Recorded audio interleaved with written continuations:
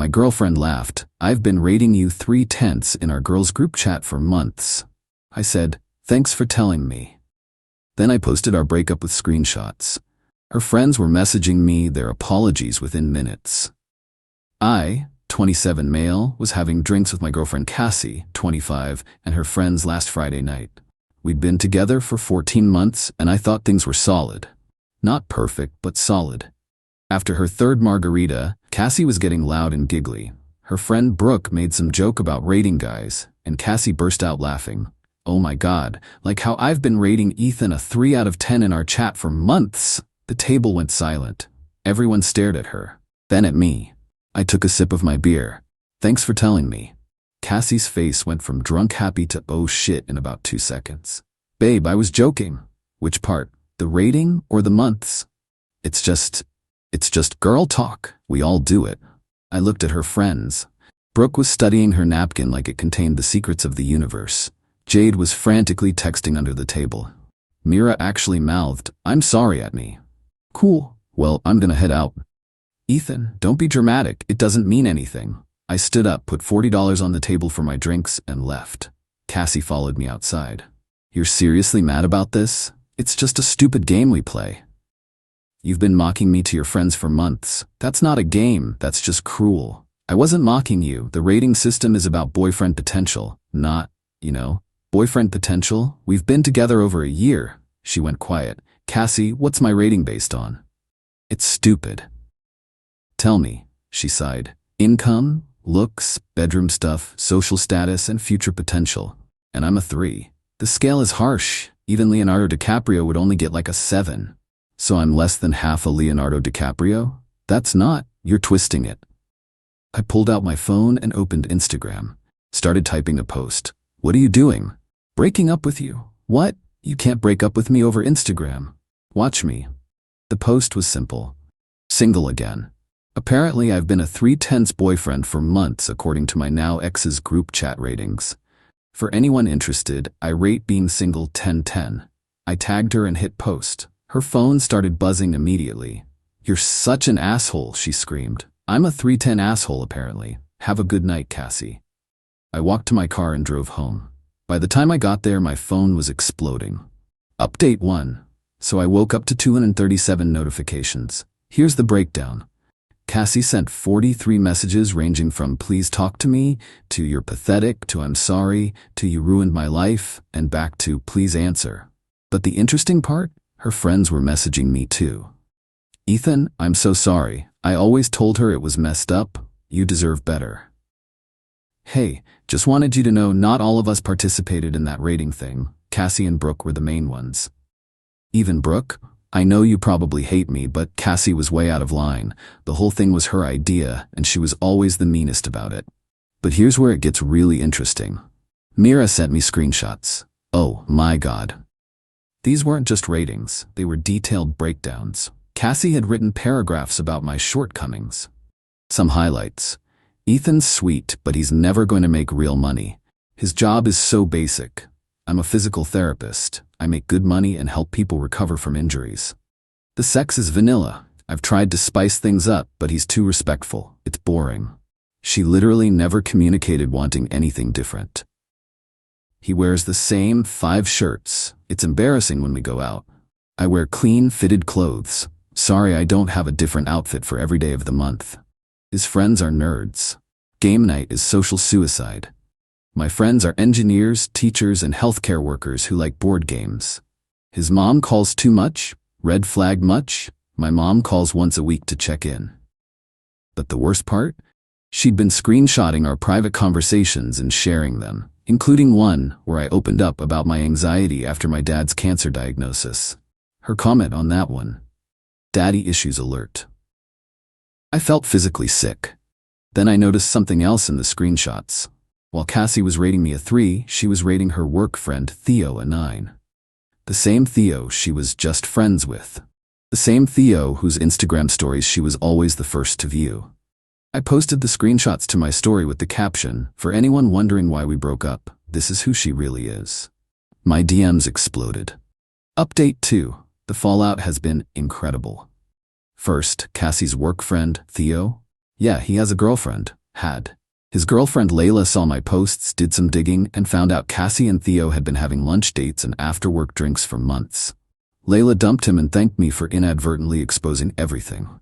Cassie tried damage control. She posted this long thing about how I violated her privacy and was emotionally abusive for sharing private conversations between friends. Nobody bought it. Her coworkers saw the posts. Her professional networking Instagram has 800+ followers, mostly people in her industry. Several commented things like, "This is unprofessional. Wow, this explains a lot. Keeping it classy, I see." Her boss follows her. He saw everything. Then came the group chat implosion. Mira sent me more details. Apparently, this rating system had been going on for 2 years. They rated every guy they dated. But here's the kicker. Cassie was rating other girls' boyfriends too. She gave Jade's boyfriend a 2 and wrote, "I don't know how she can stand looking at him." Jade found out. Their friendship exploded. She rated Brooke's ex a 9 and commented, "Brooke fumbled hard. I would have locked that down." Brooke found out. Another friendship destroyed. The entire friend group turned on each other. Everyone was screenshotting old messages, exposing ratings, revealing secrets. It was like watching a reality show, but worse because these were real people destroying real relationships. Cassie's sister Emma reached out to me. "I'm sorry about my sister. She's always been like this." She did the same thing to her college boyfriend. Mom and Dad are mortified. Even better, remember how Cassie said Leonardo DiCaprio would only get a 7? Someone found her old tweets from 2019 where she called herself a 10-10 catch and too good for most guys.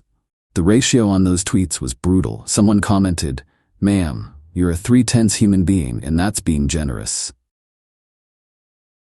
Update 3. Cassie showed up at my apartment. She looked rough. Her usually perfect makeup was smeared, hair in a messy bun, wearing sweatpants. "Can we talk?" "There's nothing to talk about. I got fired. That's not my problem. It's because of your posts. My boss said I showed poor judgment and created a hostile work environment." "You created that yourself when you started rating coworkers." She started crying. "Theo won't talk to me. My friends hate me. My parents are disgusted. Even my therapist says I need to take accountability." "Okay? I'm sorry. Is that what you want to hear? I'm sorry I rated you." "You're not sorry you did it. You're sorry you got caught. That's not true." "Cassie, you did this for months. You shared private conversations about my dad's cancer. You called my anxiety daddy issues. You don't get to apologize your way out of this."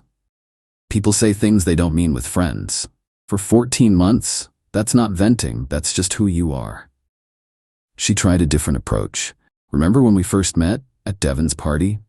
You said I was the most beautiful girl there." "Yeah, and you apparently thought I was a 3/10. That's not, the scale doesn't measure everything. What does it measure then? Because according to your messages, I fail at income, looks, bedroom, social status, and future potential. That's literally everything. You know what? Fine. You want the truth? You are a 3. You're boring, your job is mediocre, you dress like a dad, your idea of fun is board games, and yeah, the sex was forgettable. I settled for you because I thought you'd be grateful." There it was. The real Cassie. "Thanks for the honesty. Now get out." "I didn't mean that." "Yes, you did. And that's fine. I'd rather be a 3/10 with integrity than whatever you are. Leave." She left, but not before saying, "You'll never find someone as good as me." I laughed. Actually laughed. "Cassie, I've already had 3 dates this week. Turns out a lot of women appreciate a boring, stable guy with a steady job who treats them with respect." Her face was priceless. Update 4. The universe has a sense of humor. Remember Layla, Theo's ex? She reached out to me last week to thank me again for exposing everything. We got coffee, then dinner. We're taking things slow, but she's amazing. Smart, actually communicates, and get this, she thinks physical therapists are literally heroes because I helped her mom recover from knee surgery last year. Small world. But that's not even the best part. Cassie's rating system went viral on TikTok. Someone made a video about it with screenshots, and it has 2.4 million views. The comments are brutal. Imagine rating your boyfriend while being unemployed. She rated him 3/10, but he paid for everything? Make it make sense. The lack of self-awareness is astronomical. She called him vanilla, but her idea of spicy was Theo from accounting? She became a meme. People started making 310 jokes. There's a whole trend of people rating absurd things like, my goldfish is a 310, doesn't contribute to rent, but at least he's honest about it. Cassie had to delete all her social media. She moved back in with her parents. Emma, her sister, told me Cassie tried to get a job, but 3 places Googled her and said no thanks. The friend group never recovered. Brooke moved to another city. Jade is in therapy working through trust issues. Mira actually apologized again and said this whole thing made her reevaluate how she treats people. But here's the karma kicker. Cassie's mom called me. This sweet woman was almost in tears. Ethan, I'm so sorry about what Cassie did. We didn't raise her to be like this. It's not your fault, Mrs. Robinson. I saw those messages about your father. How is he? He's doing better. In remission, actually. Thank God. Please tell him we're praying for him. And Ethan, you're a wonderful young man. Don't let anyone tell you otherwise. Thank you, Mrs. Robinson. Also, and I shouldn't say this, but you were the only boyfriend of hers we actually liked. My husband said you're a 10-10 son-in-law material. That actually made me tear up a bit. Final update. This will be my last update because life has moved on and honestly, so have I. Cassie sent me one final email. I had blocked her everywhere else. It was long, probably 2,000 words. The gist, she's in therapy, realized she has issues with vulnerability, and used the rating system as a way to feel superior because she was deeply insecure. She admitted she was threatened by my stability because she felt like she didn't deserve it. She sabotaged our relationship because she was scared I'd eventually leave her for someone better. Plot twist. I actually believe this might be genuine self-reflection. I replied, I'm glad you're getting help. I genuinely hope you become a better person, but please don't contact me again. She respected that. Some final updates. Layla and I are officially together. She jokes that she's dating a 3/10 king. She actually made me a coffee mug with that on it. My friends threw me a 3/10 party where everyone dressed purposely badly and we played board games all night. I got a promotion at work. Turns out my mediocre job values me quite a bit. Theo tried to reach out to clear the air. I left him on read. Mira started dating one of my nerdy friends from game night. They're adorable together. My Instagram following went from 200 to 15K. I post physical therapy tips now. A dating app reached out wanting to use my story for an ad campaign about authentic connections. I said no. The weirdest part? This whole experience made me more confident. I spent over a year thinking I was lucky to have Cassie, that I should be grateful she chose me. Finding out she thought I was beneath her while I was bending over backward to make her happy, it was devastating but also liberating. Like, I'm the same person I was before. I make the same money, wear the same clothes, have the same friends, but now I know my worth isn't determined by someone else's arbitrary rating system.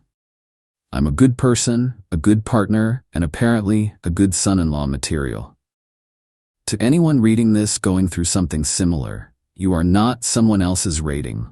You're not a number on a scale. You're a whole person deserving of respect and genuine love. Don't settle for someone who sees you as settling. And Cassie, if you're reading this and I know someone will send it to you, I hope you're doing better. I hope therapy helps. I hope you learn to see people as more than numbers. But mostly, I hope you learn to see yourself as more than a number too. Because that's probably where all this started. Thanks for following this wild ride, Reddit. I'm gonna go live my magnificent 3/10 life now.